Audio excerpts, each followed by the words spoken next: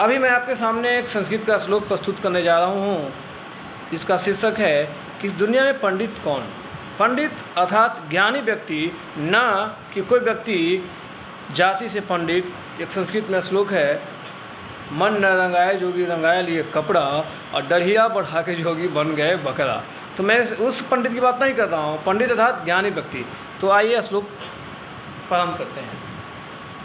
मातृवद परदारेषु परदेवेषु लोष्टवतु आत्मवतु सर्वभूतेषु यः पस्ति सः पंडितः। मातृवद परदारेषु परदेवेषु लोष्टवतु आत्मवतु सर्वभूतेषु यः पस्ति सः पंडितः। इसका संस्कृत श्लोक का हिंदी रूपांतरण हुआ।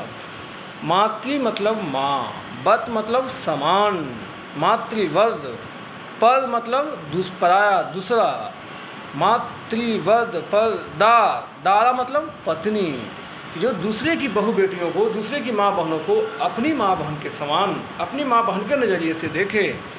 मातृवद परद्वेषु लोष्टवत, पर मतलब दूसरा, द्रव मतलब रुपया पैसा, द्रव मतलब रुपया पैसा। दूसरे के धन को, दूसरे के द्रव को मिट्टी के ढेले के समान देखे।